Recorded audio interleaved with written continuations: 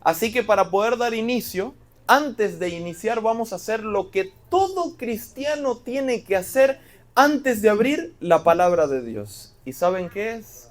Es orar para pedir su dirección. Yo me voy a postrar de rodillas. Si hay alguien que me quiera acompañar, es más que bienvenido. Así que ahí donde estén, y tú si nos estás viendo en las redes sociales, también te invito a que dobles rodillas y que hablemos con Dios. Querido Padre, querido Dios, gracias te damos, Señor, porque nos das el privilegio, Señor, en estos tiempos. Nos das la libertad de poder predicar tu palabra. Gracias, Señor, porque aún hasta estas alturas de la vida, el Evangelio sigue siendo predicado, Señor. Y creemos en la hermosa promesa que algún día el Evangelio llegará a todos los rincones de este mundo. El Evangelio será predicado a toda nación, tribu, lengua y pueblo para la salvación de los hombres. Gracias, Señor, porque el Evangelio se trata de Jesús.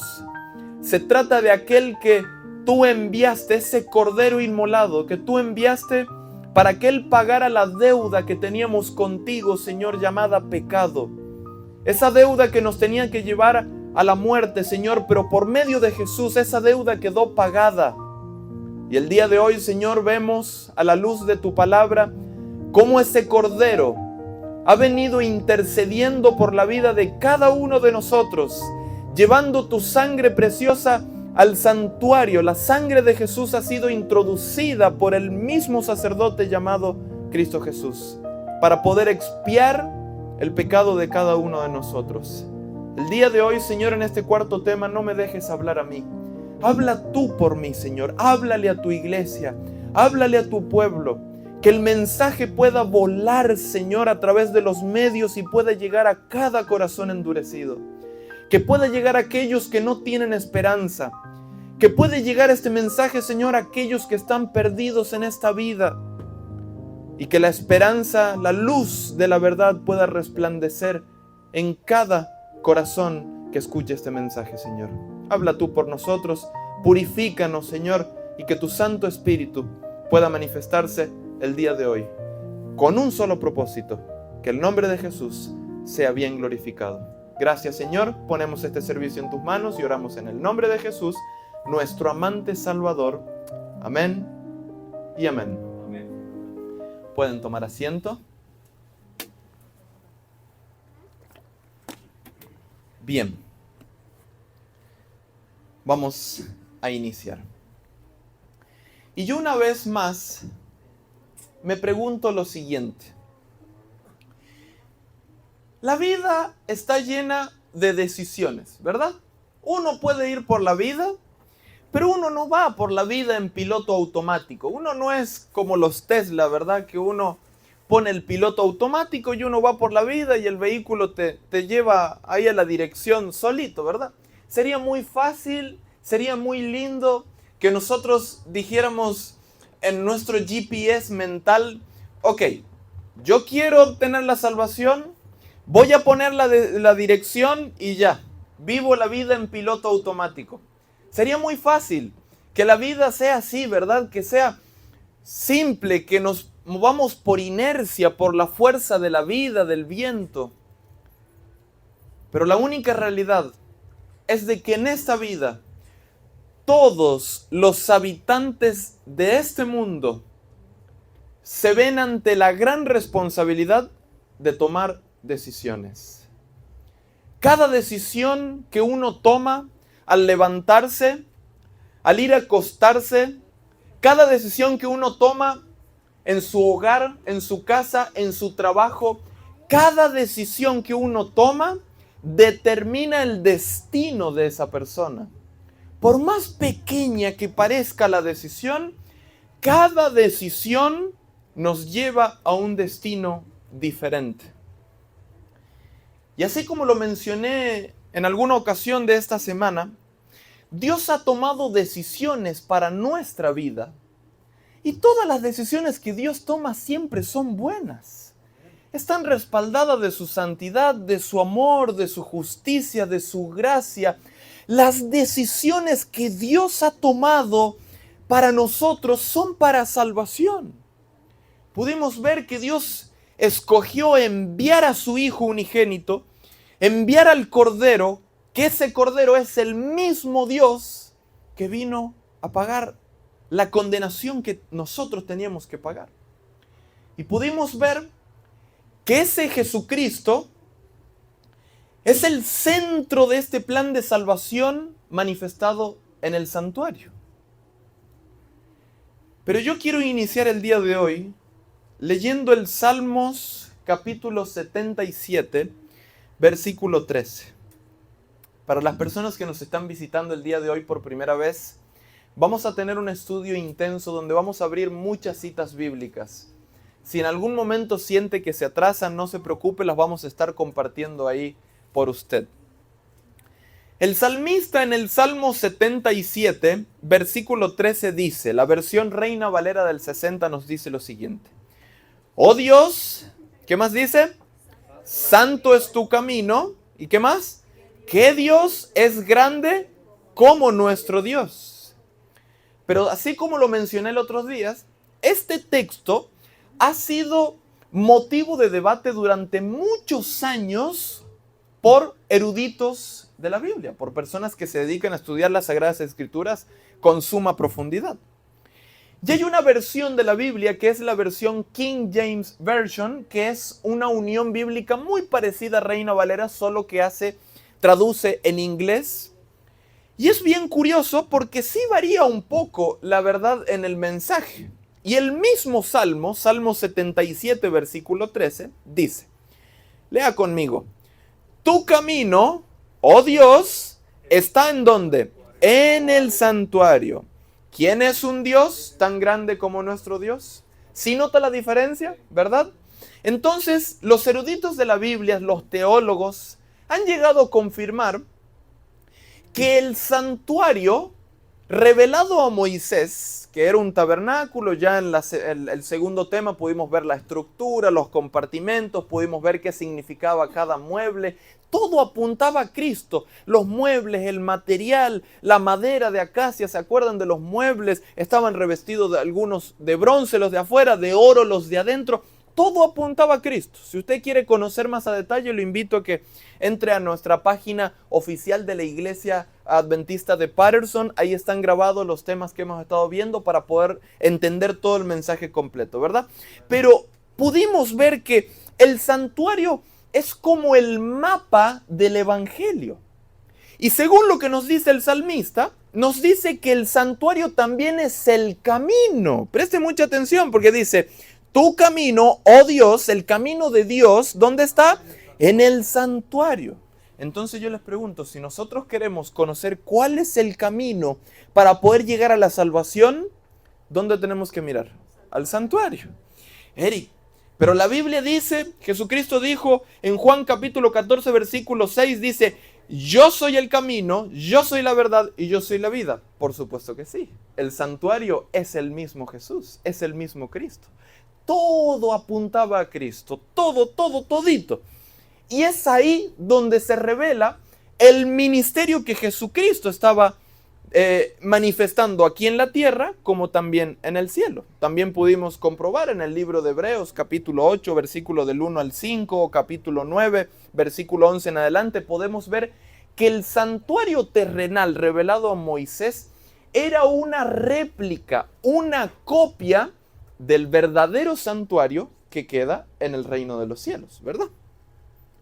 Bien, esto, como usted puede ver, era más o menos lo que se vivía en los tiempos antiguos, los que vivían los israelitas, los que vivían los hebreos. Como usted puede ver, está el tabernáculo, y según lo que la Biblia nos enseña, es que el tabernáculo, el santuario de Dios, quedaba en el centro de todos los miles y miles de israelitas que habían. Eran millones, de hecho era una nación poderosa. Y en el centro estaba ubicado el tabernáculo. Ya sabemos por qué es, porque Dios quería habitar en medio de su pueblo, ¿verdad? Lo vimos en el primer tema. Y es bien curioso porque todo alrededor vemos un montón de carpas, que son las casas de los israelitas. Ahí vivían las familias, ¿verdad? Hoy las casas han ido evolucionando, han ido mejorando, ¿verdad? Pero antes los israelitas vivían en carpas, ¿verdad? Y una vez más yo quiero que leamos Hebreos 8, versículo 1 en adelante, para poder seguir confirmando que todo lo que estaba en el santuario terrenal era una réplica del verdadero santuario, que es el santuario celestial. Lea conmigo, Hebreos capítulo 8, versículo 1 en adelante dice: Ahora bien, el punto principal de lo que venimos diciendo es que tenemos tal sumo sacerdote, el cual se sentó, ¿a dónde? A la diestra del trono de majestad en los cielos. Ministro, ¿de dónde? Del santuario. Y de aquel verdadero tabernáculo que levantó ¿quién?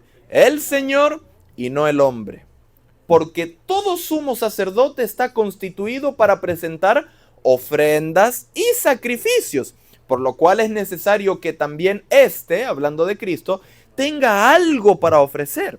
Así que, si estuviese sobre la tierra, ni siquiera sería sacerdote. Es decir, Cristo no sería sacerdote, habiendo aún sacerdotes que presenten las ofrendas según la ley, los cuales sirven a lo que es figura y sombra de las cosas celestiales, que se le advirtió a Moisés cuando iba a erigir el tabernáculo, diciéndole, mira, haz todas las cosas conforme al modelo que se te ha mostrado en el monte. Una vez más confirmamos que el santuario terrenal, el santuario que Dios le dio a Moisés, era una copia. El sacerdote ya vimos que representa a Cristo, las vestiduras representan su santidad, su justicia, su ministerio, todo apuntaba a Cristo, ¿verdad? Ahora, es bien interesante porque el día de hoy vamos a ver que Cristo nos demuestra que hay un camino de 7 pasos por el santuario. El primer paso es el campamento. El segundo paso es el altar de bronce. Si usted se acuerda en las imágenes de cuando uno entraba al atrio exterior, el primer mueble era el altar de bronce o el altar de sacrificios. Luego el sacerdote con la sangre iba ¿a dónde? Iba al lavacro o a la fuente de bronce, se lavaba, agarraba luego la sangre y entraba ¿a dónde? Al lugar santo. Y en el lugar santo encontraba 3 muebles. ¿Me ayudan a ver cuáles eran? Número 1, del lado norte, ¿cuál se encontraba? La mesa de los panes de la proposición, que eran 12 panes, 6 de cada lado. Del lado sur se encontraba el candelero con los 7 brazos. Y delante del velo se encontraba el altar de incienso, ¿verdad? Y luego vemos que detrás del velo se encontraba el lugar más santo de todos, el lugar santísimo. Y se encontraba un solo mueble que era el arca del pacto. ¿Y qué representaba el arca del pacto? El trono de Dios. La Biblia nos enseña que el arca del pacto es literalmente la ubicación donde está el trono de Dios. Ahora, el primer paso, una vez más, es el campamento. El segundo, el altar de bronce, la fuente de bronce, el lugar santo, el lugar santísimo. Y la pregunta que yo les quiero compartir el día de hoy es, ¿cuáles serán los otros 2 pasos? El día de hoy vamos a entender mucho más a detalle los misterios de esta vida. Muchos de nosotros nos preguntamos por qué hay tanto caos en este mundo, por qué hay tanto dolor, cuándo se va a terminar el dolor, el mal, el pecado, la enfermedad, cuándo se va a acabar. Esos 2 últimos pasos nos revelan literalmente cuándo se va a acabar todo el caos o cómo se va a acabar todo el caos y todo el dolor de este mundo. Entonces, ya pudimos ver que cada mueble del santuario, toda la estructura, nos revelaba, todo apuntaba a Cristo. Pero usted sabe que cada mueble y que cada compartimiento no solo apuntaba a Cristo y daba algo de su carácter, de su persona, sino que también nos mostraba, escuche bien lo que voy a decir, una faceta de su ministerio. Es decir, el santuario demostraba cuál iba a ser el paso a paso que el Mesías vendría a recorrer tanto por el cielo como por el mundo para poder llevar a cabo el plan de salvación.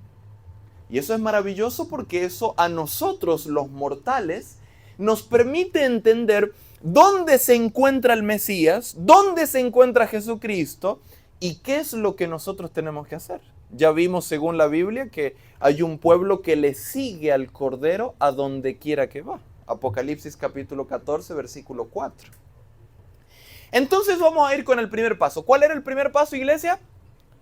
El campamento. El primer paso es el campamento, todas las carpas que estaban alrededor.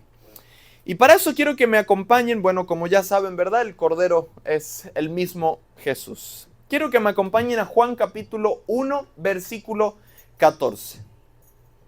Juan capítulo 1, versículo 14. Y lean conmigo lo que están leyendo en pantalla. Dice: y aquel verbo fue hecho carne y habitó entre nosotros. Y vimos su gloria, gloria como del unigénito del Padre, lleno de gracia y de verdad. Alabado sea el nombre de Dios. Cuando dice que el verbo se fue hecho carne, es decir, quiere decir que Cristo se hizo humano. El concepto de carne quiere decir que se hizo humano, es decir, Cristo, siendo un ser divino, siendo Dios, la Biblia enseña que Cristo es Dios, Dios se hizo hombre, como nosotros. Él poseyó brazos, piernas, ojos, Él sintió el dolor, la agonía, la felicidad. Él experimentó el quebranto así como nosotros y a niveles aún mucho más grandes, ¿verdad? Pero hay una palabra que es bien curiosa que yo quiero que usted la entienda el día de hoy, porque esto es base para poder entender todo. La palabra habitó, que se encuentra después de la primera coma, dice, y habitó entre nosotros. La palabra habitó es la palabra griega eskenosen, que proviene del verbo eskenó, de habitar. Y la palabra eskenoser literalmente sabe lo que significa. Es decir, la palabra habitar sabe lo que significa. Significa poner una tienda, acampar o habitar en la tienda. Es decir, cuando dice aquí el texto bíblico, aquel verbo fue hecho carne y levantó una carpa para vivir con nosotros. Es decir, el texto nos está enseñando, el idioma original nos enseña que Cristo, el primer paso de su ministerio, ¿cuál era? Hacerse hombre y levantar una carpa como era en el santuario terrenal. Yo les pregunto, ¿cómo van hasta ahí? Bien, seguimos avanzando. Vamos a dar más ejemplos de este concepto para poder entenderlo. Juan capítulo 3, versículo 16, la cita más conocida del mundo cristiano. Porque de tal manera amó Dios al mundo.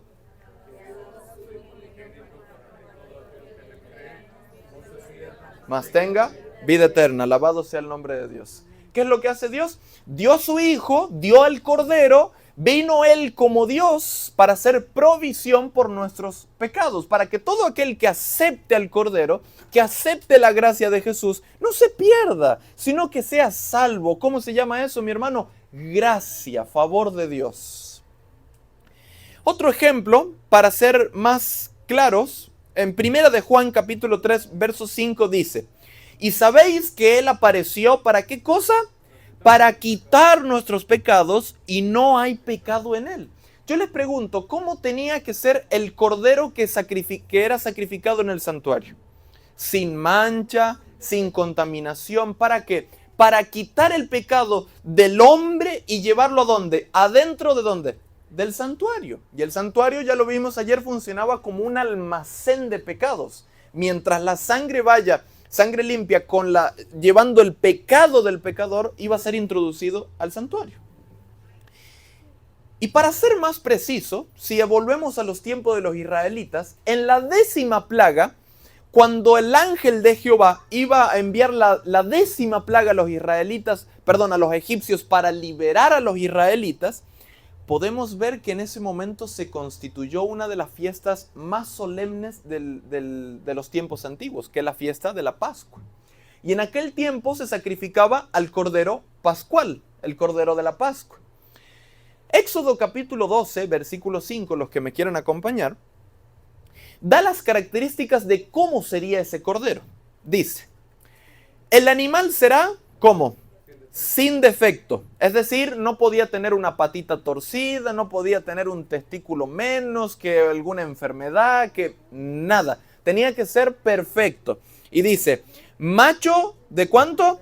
De 1 año, es decir, un bebito, un corderito bebito. Y dice, lo tomaréis de las ovejas o de las cabras. ¿A quién representaba ese cordero? Ya lo vimos. Al mismo Jesús, al mismo Mesías, al cordero, ¿verdad?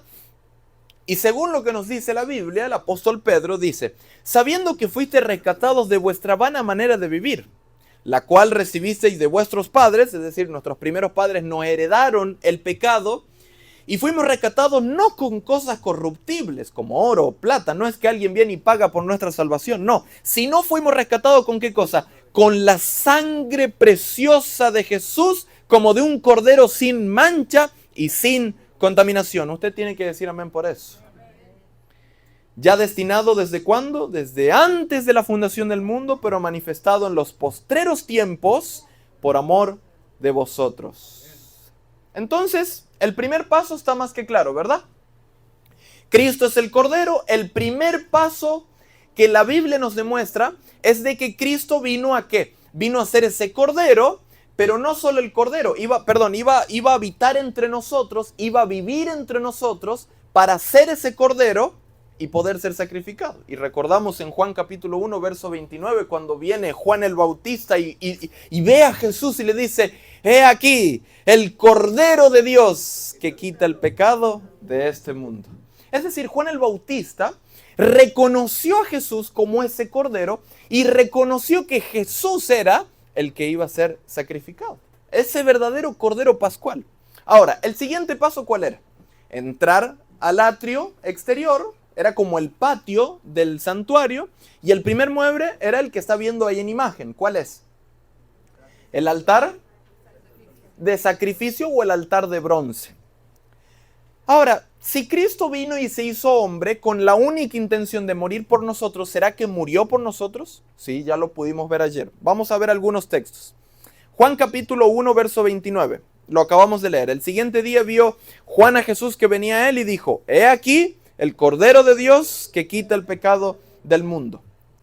Vamos a ver un ejemplo más. Tito capítulo 2, verso 13 y 14 dice, aguardando la esperanza bienaventurada y la manifestación gloriosa de nuestro gran Dios y Salvador Jesucristo. Si hay alguien que tenía duda de que Jesucristo es Dios, aquí el texto lo dice. Como dice, la manifestación gloriosa de nuestro ¿qué? Gran Dios y Salvador Jesucristo, a quien se dio a sí mismo por nosotros para redimirnos de toda iniquidad y purificar para sí un pueblo propio, celoso de buenas obras. Una vez más confirmamos, ¿verdad?, que la gracia de Cristo no acepta el pecado. La gracia de Cristo te acepta pecador como eres, pero la gracia de Cristo te transforma. ¿Para qué? Para buenas obras, como dice Pablo aquí, ¿verdad?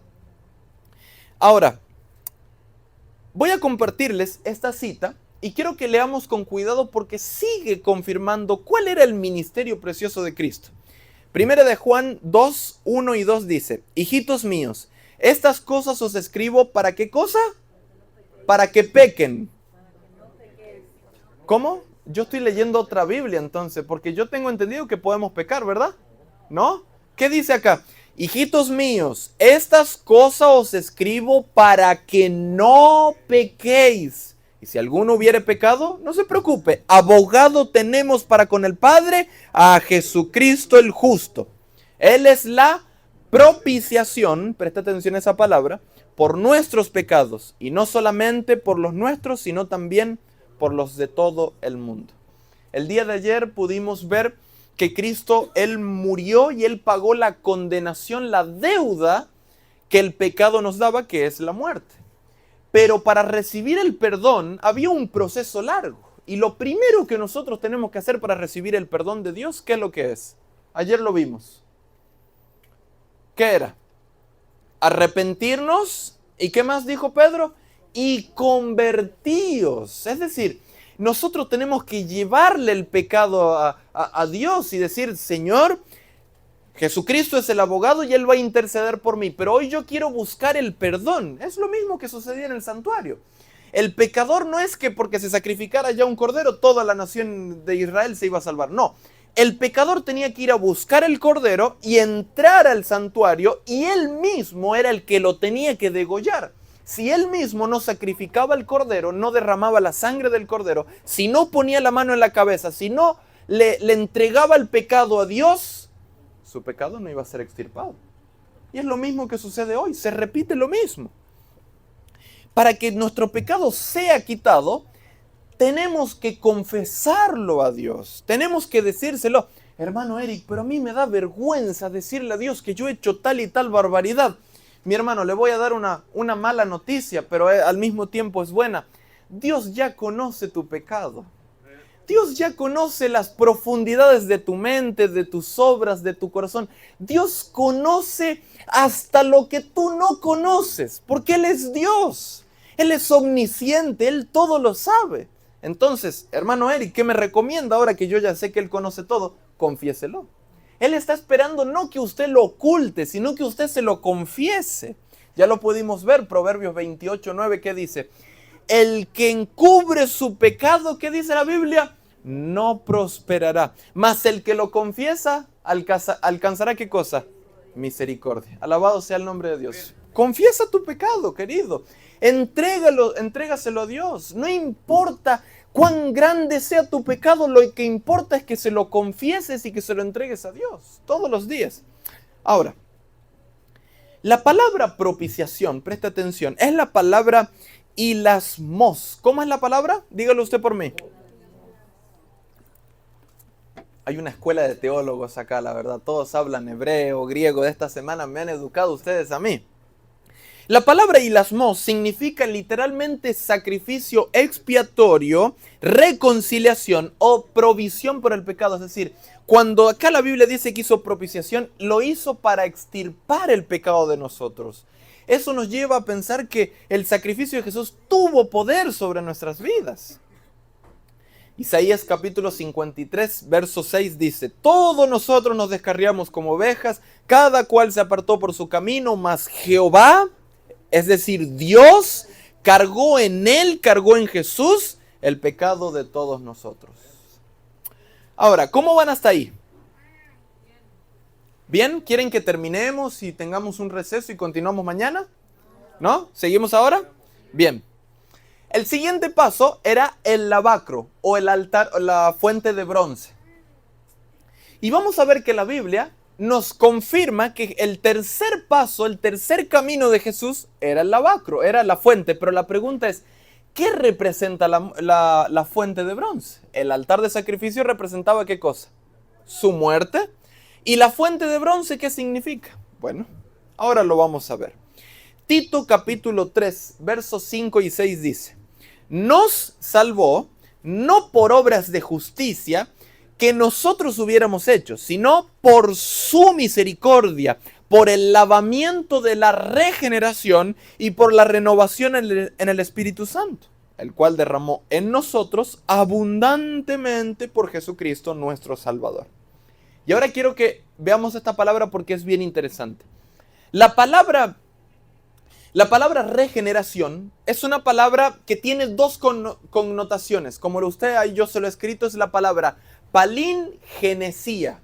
La palabra palingenesia literalmente significa lo siguiente. Palín significa otra vez y genesia significa, no es génesis sino genesia, significa nacerá. Es decir, toda la palabra completa significa nacerá otra vez. Es decir, cuando aquí el texto bíblico dice que Jesucristo vino y nos lavó todo, y fue regenerado, quiere decir que Él iba a resucitar, iba a nacer de nuevo. ¿Para qué? Para que tú y yo podamos recibir al Espíritu Santo. ¿La Biblia no dice que Él iba a enviar al Consolador y que lo envió? Sí, eso dice la Biblia. Efesios 5, verso 25 y 26 dice: maridos, amad a vuestras mujeres, así como Cristo amó a la iglesia, y ahora viene lo importante, y se entregó a sí mismo por ella. ¿Para qué cosa? Para santificarla, habiéndola purificado en el lavamiento del agua por la palabra. Yo les pregunto, ¿el Espíritu Santo nos lava? Sí. Para eso murió Cristo y por sobre todo para eso resucitó, para lavarnos a nosotros, para conducirnos a Él. Bien. El siguiente paso, ¿cuál es? El lugar santo. Es decir, si Cristo se hizo hombre, acampó con nosotros, si Cristo fue crucificado en el altar de sacrificios, si Cristo pasó por el lavacro que representa su resurrección, yo me pregunto, ¿será que Cristo luego no se hizo sacerdote para entrar al lugar santo? Yo creo que sí. El día de ayer ya vimos una parte. Vamos a confirmar esto con la Biblia. Y el libro de Hebreos, un libro maravilloso para entender esta doctrina, nos dice lo siguiente. Por tanto, Jesús hecho fiador de un mejor pacto, y los otros sacerdotes llegaron a ser muchos debido a que por la muerte no podían continuar. Mas hablando de Jesús, por cuanto permanece para siempre. Alabado sea el nombre de Dios. Tiene un sacerdocio inmutable, por lo cual puede también salvar perpetuamente, puede salvar para siempre a los que por él se acercan a Dios, viviendo siempre para interceder por ellos. Vino Jesucristo y ocupó el lugar del sacerdote y del sumo sacerdote, porque él tiene un sacerdocio inmutable, dice la Biblia. Él sin mancha, sin contaminación, es el único que podía llevar la sangre suya con nuestro pecado a un lugar que era santo donde nosotros no podíamos entrar. Entonces la Biblia nos va confirmando que Jesús, el siguiente paso fue el lugar santo. Juan nos dice, hijitos míos, estas cosas os escribo para que no pequéis. Y si alguno hubiere pecado, abogado tenemos para con el Padre, a Jesucristo el justo. Yo le pregunto, ¿el ministerio de abogado dónde se llevaba a cabo? En el lugar santo. El sacerdote lo que hacía era interceder por ellos. Es decir, era como lo dije el otro día, ¿verdad? Como el hermano mayor. Cuando uno tenía un problema en la escuela, cuando tenía un problema con los maestros, yo sé que acá ustedes tienen caras de niños buenos, de que se han portado bien toda la vida. Ustedes me imagino que nunca los han amonestado, nunca los han llevado a rectoría, ni los han disciplinado, ¿verdad? Bueno, para aquellos que sí, yo sé que en esta iglesia no los hay, pero aquellos que sí, cuando uno era amonestado, él podía interceder por sí mismo o no. No, tenía que venir ¿quién? El tutor, la madre, el padre a interceder por ese niño que se estaba portando mal. De la misma manera es el ministerio del sacerdote, el ministerio de Cristo en el cielo.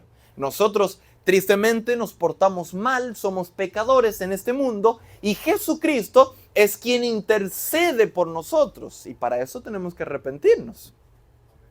Ahora, el siguiente compartimiento, y no menos importante, el lugar santísimo. La Biblia hasta ahora ya nos ha demostrado que Él vino al campamento, se hizo hombre, que Él murió, que Él resucitó, que Él empezó su obra de intercesión. Y yo me pregunto, si Él ha caminado todo este camino, ¿será que también entró al lugar santísimo? No se pierda los temas de estos siguientes días porque van a ser maravillosos. Maravillosos van a ser. Bien, antes de continuar yo les voy a hacer una pregunta. ¿Quién entraba al lugar santísimo? ¿El sacerdote? ¿Quién? El sumo sacerdote. Si se acuerdan que vimos la diferencia en las vestiduras, ¿verdad? Eran muy diferentes porque era un ministerio aparte. Y el sumo sacerdote entraba todos los días, ¿verdad? Todas las mañanas, todas las tardes. ¿No? ¿Cuántas veces? ¿Cuántas veces al año?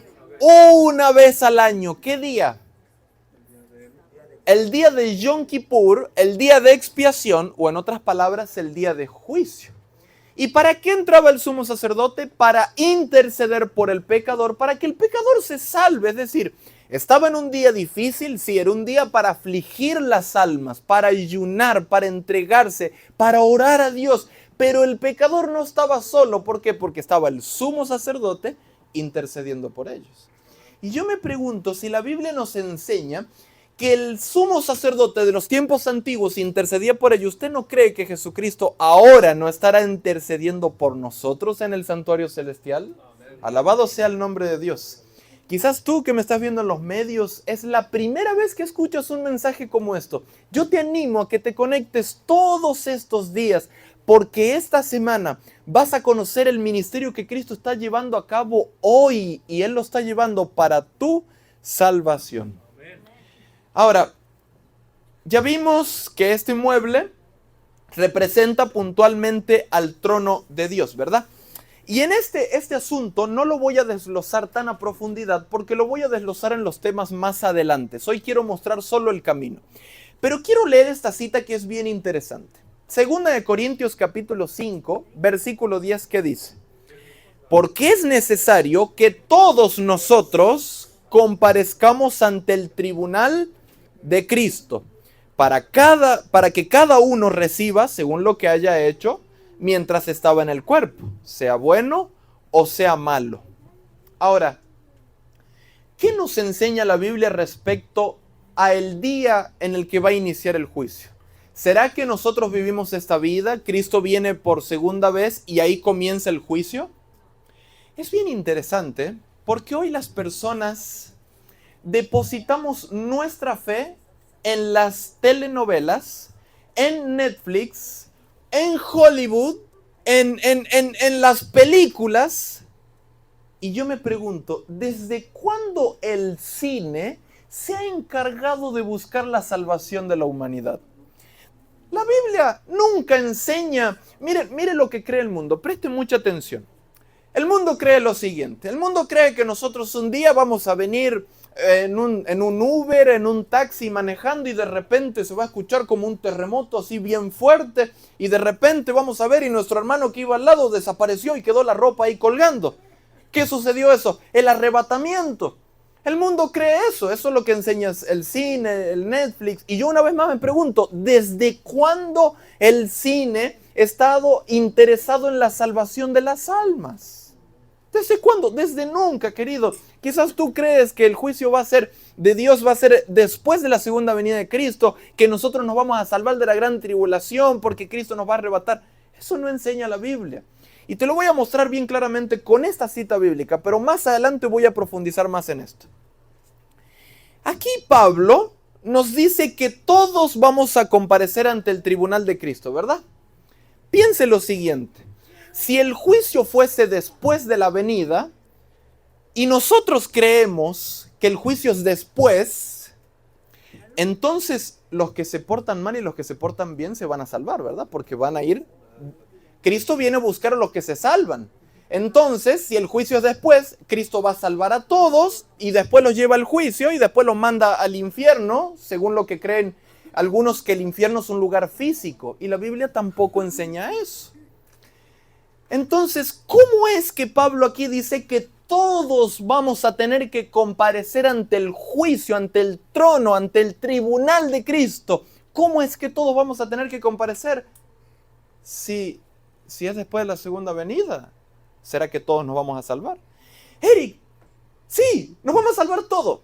Escuche bien, y si nos salvamos todos, ¿para qué hay juicio? ¿Se da cuenta que no tiene sentido esa doctrina?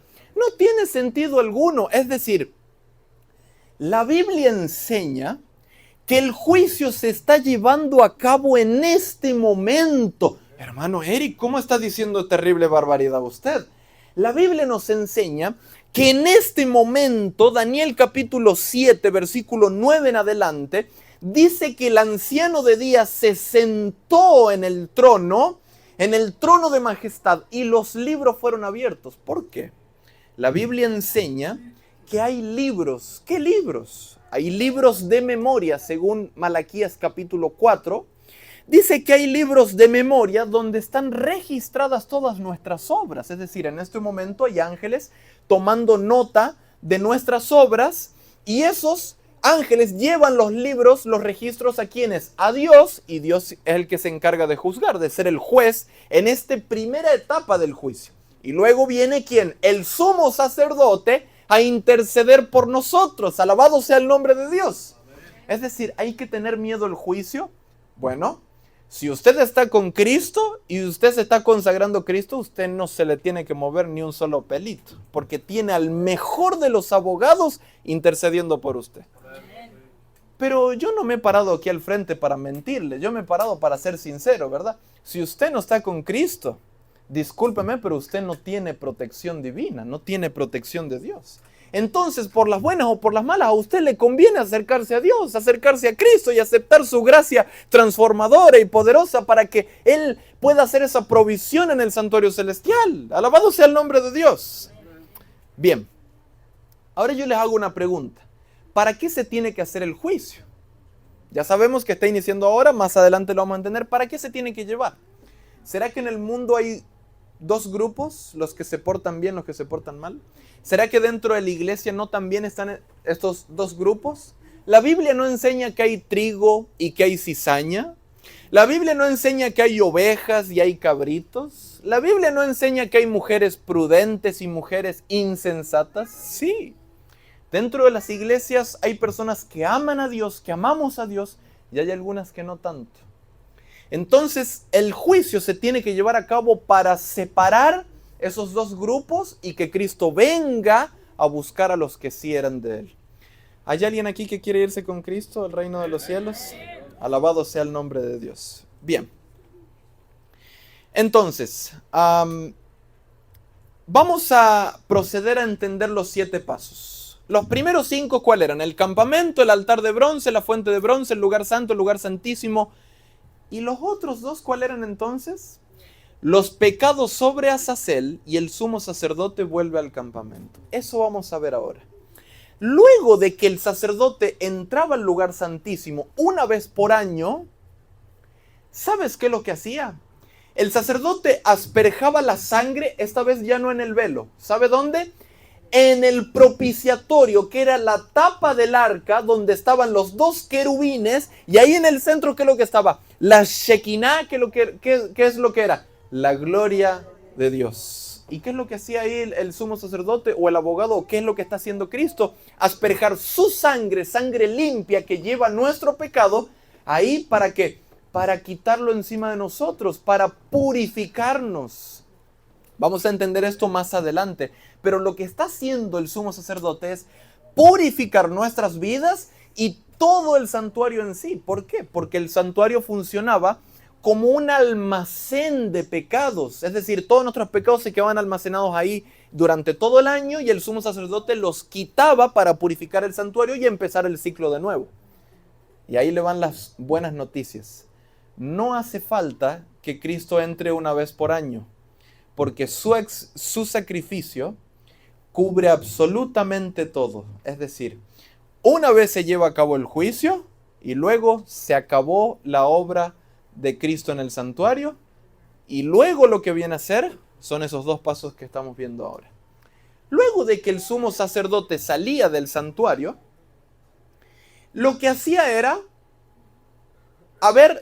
antes de entrar al lugar santísimo, había un hombre que estaba encargado de llevarle 2 machos cabríos. Y ahora vamos a ir entendiendo este aspecto.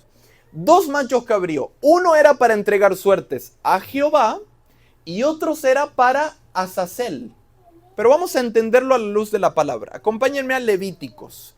Y yo creo que a este momento de la noche yo quiero invitarlo a que usted preste suma atención, porque lo que vamos a entender ahora nos va a demostrar cómo es que va a terminar Dios la obra de salvación en este mundo. Quiero que preste mucha atención. Levítico capítulo 16, versículo 7 en adelante dice: Después tomará los 2 machos cabríos y los presentará ¿dónde? Delante de Jehová. Ahora vamos a hacer una pausa. ¿En qué día era esto? En el día de expiación, en el día de Yom Kippur o en el día del juicio. Estamos hablando puntualmente de la obra que se lleva a cabo en el lugar santísimo. Bien, volvamos a leer. Después tomará los 2 machos cabríos y los presentará delante de Jehová a la puerta del tabernáculo de reunión. Y echará suertes Aarón era sacerdote, sobre los 2 machos cabríos. Uno, ¿para quién? Suerte, ¿para qué cosa? Para Jehová. Y otra suerte por Azazel. Y hará traer Aarón el macho cabrío sobre el cual cayere la suerte por Jehová. Y preste atención ahora a lo que vamos a leer. Y lo ofrecerá ¿en qué?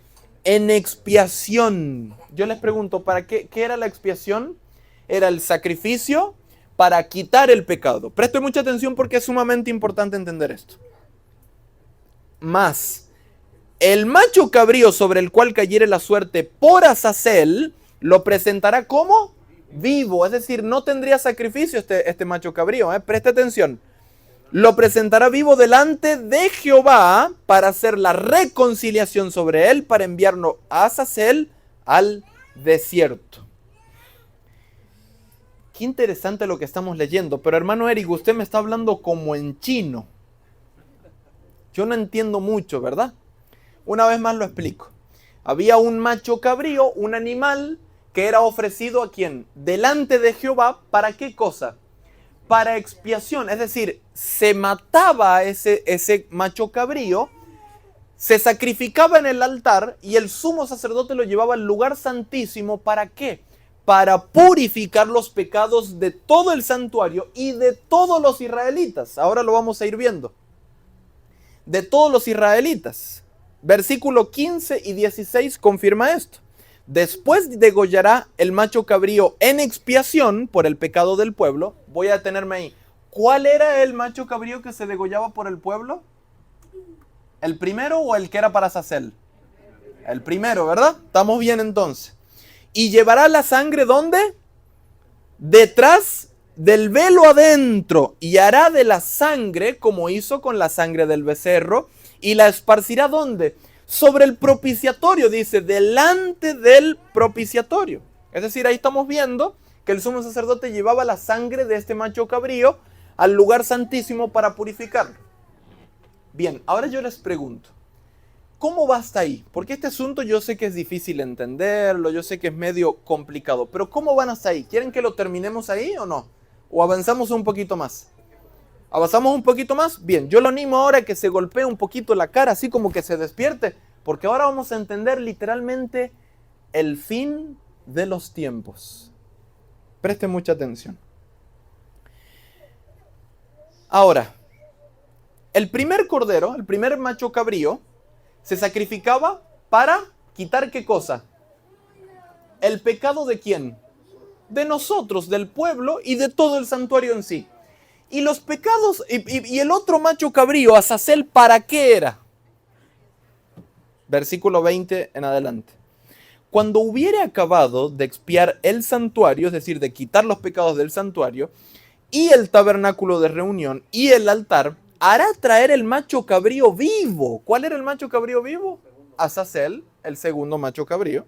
Y pondrá a Aarón sus dos manos sobre la cabeza del macho cabrío, y confesará sobre él, preste mucha atención, todas las iniquidades de los hijos de Israel, todas sus rebeliones y todos sus pecados, poniéndolos así sobre la cabeza del macho cabrío, y lo enviará ¿a dónde? Al desierto por mano de un hombre destinado para esto. Y aquel macho cabrío llevará sobre sí todas las iniquidades de ellos a tierra inhabitada. Acuérdese esa expresión. Y dejará ir al macho cabrío por el desierto. El primer macho cabrío era para quitar los pecados del pueblo. ¿Y este segundo para qué es? ¿Se sacrificaba? No, no se sacrificaba. ¿Qué se hacía? El sacerdote le ponía las dos manos sobre la cabeza, cerraba los ojos, confesaba todos los pecados del pueblo de Israel para que sean traspasados ¿a quién? A este macho cabrío, y luego era llevado ¿dónde? Al desierto, a tierra inhabitada. ¿Qué representa esto? Esto que estamos viendo en este momento es algo sumamente interesante. Porque si la Biblia nos enseña que el santuario terrenal era una copia del celestial, quiere decir que en el cielo también se va a llevar a cabo algo medio parecido, ¿o no? La pregunta es, ¿quién es este macho cabrío Azazel? Si uno era expiado, que representa al cordero, para quitar el pecado del pueblo, el otro no era expiado, es decir, que era, en pocas palabras, iba a llevar la consecuencia del pecado. Uno era para quitar, para recibir el perdón, y el otro era para que lleve la consecuencia y muriera desolado en el desierto. Si Cristo vino a morir por nosotros y darnos salvación y quitar el pecado del pueblo, ¿quién es el otro macho cabrío? ¿Será que puede ser Satanás? el diablo, el padre de la mentira, el padre del engaño? ¿Será que Satanás algún día no va a recibir toda la condenación por haber traído todo el mal a este mundo? ¿Será que Dios un día no va a hacer justicia por esta humanidad? ¿Será que Dios un día no va a hacer justicia por todo el dolor que has vivido, por la muerte de este mundo, por todas las enfermedades que hay, por todas las personas que están en los hospitales, por todas las violaciones, por todos los niños muertos, por todo el cáncer y el dolor que hay en este mundo? ¿Será que Dios un día no va a hacer justicia por esta humanidad y no va a poner toda la consecuencia encima de Satanás, el único que es responsable del pecado? Va a llegar un día, querido. Va a llegar un día, escúchame bien lo que te voy a decir, donde Dios va a hacer justicia por cada lágrima que has derramado. Va a llegar un día, y te lo digo a ti que me estás viendo a través de las redes sociales, va a llegar un día donde se va a acabar todo ese dolor, se va a acabar toda la enfermedad, se va a acabar toda la pobreza, la muerte, la angustia, la tristeza, se va a acabar para siempre. ¿Sabes por qué? Porque tenemos un Dios lleno de gracia, lleno de amor, lleno de misericordia, y le va a poner fin al pecado, fin al dolor, y va a llevar un grupo a vivir una eterna felicidad. La pregunta es, ¿tú quieres ir ahí con Dios? Yo creo que ninguno de nosotros nos vamos a querer perder eso. Ahora, ya para irnos aproximando al final, quiero compartirles lo que dice el libro de Apocalipsis. El libro de Apocalipsis, capítulo 20, versículo 1 en adelante nos dice: vi a un ángel que descendía del cielo con la llave del abismo y una gran cadena en la mano. Y nota el versículo 2. Y prendió al dragón, la serpiente antigua, que es el diablo y Satanás, y lo ató ¿por cuánto? Por 1000 años. Y lo arrojó ¿a dónde? Al abismo, y lo encerró y puso su sello sobre él, para que no engañase más a las naciones hasta que fuesen cumplidos los 1000 años, y después de esto debe ser desatado por un poco de tiempo. Ya para ir concluyendo con el mensaje, voy a explicar esto bien rápidamente. Cuando el ángel dice que desciende con una cadena en la mano, no está hablando de una cadena literal. Sería imposible que le pongan una cadena física a alguien que es espiritual, porque Satanás no es de carne y hueso como nosotros, es de otra dimensión. Entonces, este ángel lo que está diciendo es que le va a poner estas cadenas a Satanás, es decir, va a quedar preso en este mundo desolado. Va a quedar preso Satanás. ¿Y qué más dice? Con la llave del abismo. ¿Por qué?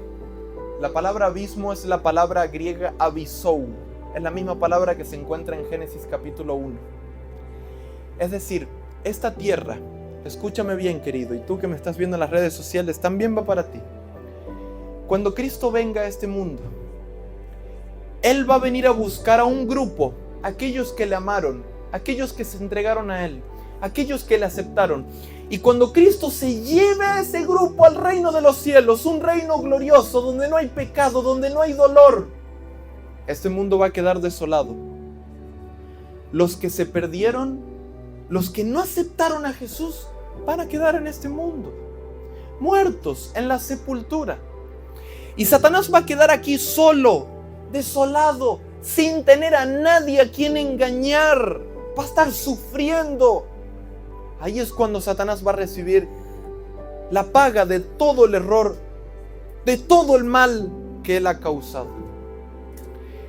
Y me llama la atención porque en el versículo 2, Juan aquí lo describe como dragón, como serpiente, como diablo y como Satanás. Dragón significa opositor, mal. Satanás ha perseguido al pueblo de Dios durante décadas enteras, millennials, más de 1000 años, más de 1260 años persiguiendo al pueblo de Dios. La serpiente antigua aquella serpiente que estaba en el Edén, que engañó a nuestros primeros padres, que de la misma manera nos seduce a nosotros para andar por el mal. Y también lo describe como diablo, calumniador, acusador, aquel que te acusa a ti, te dice, tú caíste en pecado, tú no eres digno. Aquel que también se llama Satanás, opositor contra Dios, rebelde, ese ser del mal que fue creado con grandes propósitos por parte de Dios. Un día, querido, va a llegar al final. Así como el sumo sacerdote lo llevaba al desierto desolado, Satanás va a quedar desolado en un desierto, en el desierto de este mundo, sin nadie a quien le pueda hacer mal. ¿Durante cuánto tiempo? Durante 1000 años. Y miren cuál va a ser después de los 1000 años.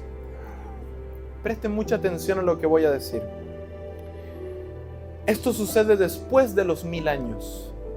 Después de los 1000 años, la santa ciudad, escúchame bien, Dios tiene una santa ciudad, la nueva Jerusalén, el reino de los cielos, para aquellos que aman a Jesús, para aquellos que lo aceptan, para aquellos que se entregan, que entregan sus pecados, sus angustias, sus dolores, sus debilidades, sus errores, aquellos que le entregan su corazón a Dios, aquellos que lo ponen en primer lugar. ¿Sabes qué, querido? Este hogar, esta tierra no es tu hogar. Dios tiene una nueva tierra. Dios tiene un cielo para ti. Dios tiene una tierra donde no hay dolor, donde no hay pecado, donde no vas a tener que trabajar. Dios tiene una tierra llena de perfección para todos aquellos que aceptan a Jesús. Y va a llegar un momento donde esa santa ciudad va a ir descendiendo. Después de los 1000 años de paz, va a descender y se va a preparar Satanás para poder querer entrar a esa santa ciudad. Y noten lo que dice el versículo 10. Y el diablo que los engañaba fue lanzado en el lago de fuego y azufre, donde estaba la bestia y el falso profeta, y serán atormentados día y noche por los siglos de los siglos. Amén. Después de esos 1000 años, dice otro texto que va a descender fuego y los va a consumir por completo, a él y a todos los que se perdieron. Hermano Eric, pero ahí el texto bíblico dice que van a ser atormentados por la eternidad. La Biblia no enseña eso. La Biblia enseña que el único que puede dar vida eterna es Cristo.